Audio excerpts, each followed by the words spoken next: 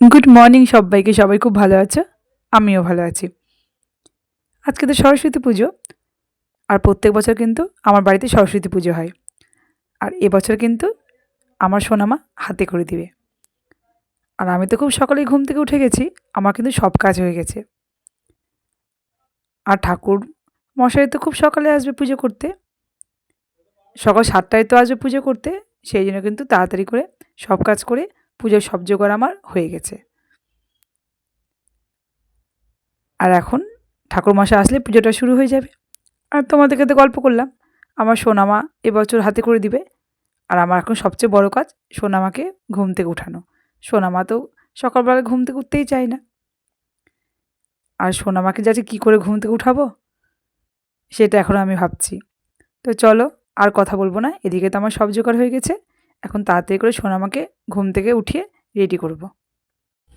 তোমাদেরকে তো গল্প করলাম, সোনামাকে ঘুম থেকে তুলবো। সোনামা কিন্তু ঘুম থেকে উঠে গেছে।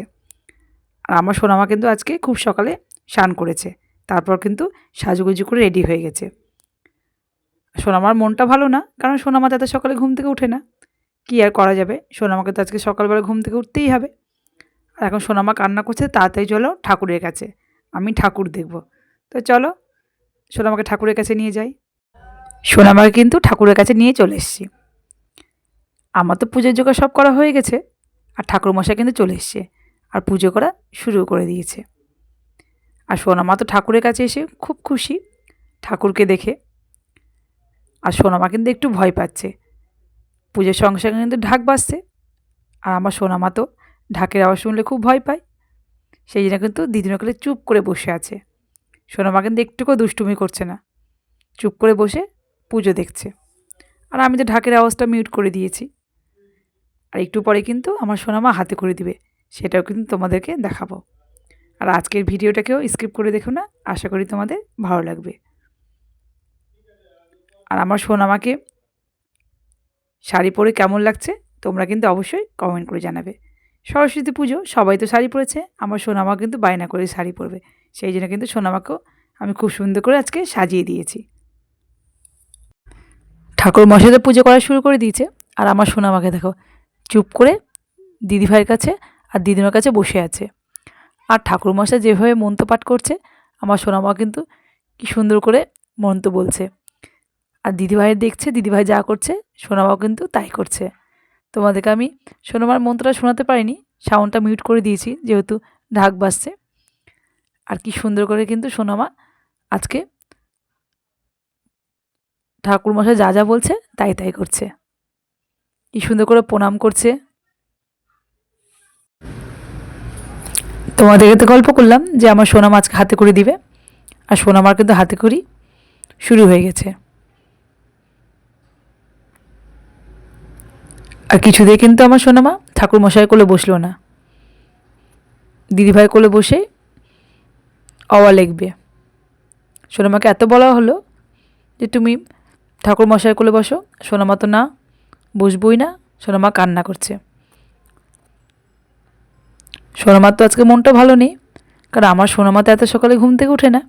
আজকে কিন্তু সোনামা খুব সকালে ঘুম থেকে উঠে গেছে। 7টার সময় কিন্তু ঠাকুরমশাই বাড়িতে চলে এসে আর পুজো শুরু হয়ে গেছে। আর 6টার মধ্যে কিন্তু আমার সোনামাকে ঘুম থেকে উঠিয়ে স্নান করে রেডি করেছি। সেই জন্য কিন্তু সোনামার মনটা ভালো নেই। তার মধ্যে তো আবার ঢাকের আওয়াজ হচ্ছে, সোনামা তো ঢাকের আওয়াজ শুনলে ভয় পায়, তোমাদেরকে আগেই বললাম। সেই জন্য কিন্তু সোনামার মনটা খুব খারাপ।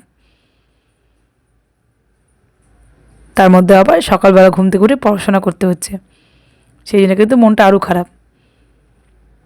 ঠাকুরমশাই অওয়া বলতে বলছে, আর ভয়ে কিন্তু সোনামা অওয়া বলছে। তোমাদেরকে তো আমি আওয়াজটা শোনাতে পারছি না, মিউট করে দিয়েছি।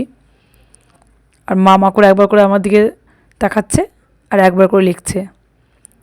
আমি যে কোনো ভয় নেই মা, তুমি লেখো।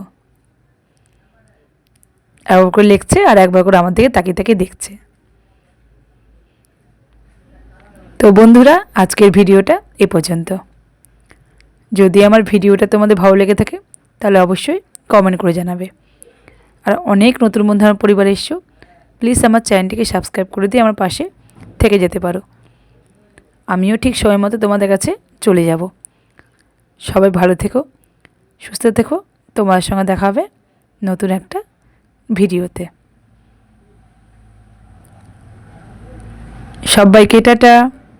আর তোমাদেরকে তো আমি টাটা বলে দিলাম, আর আমার সোনামার কিন্তু লেখা এখনও হয়নি। আর এই যে আমাদের সরস্বতী ঠাকুরটা তোমাদেরকে আরেকবার আমি ভালো করে দেখিয়ে দিলাম।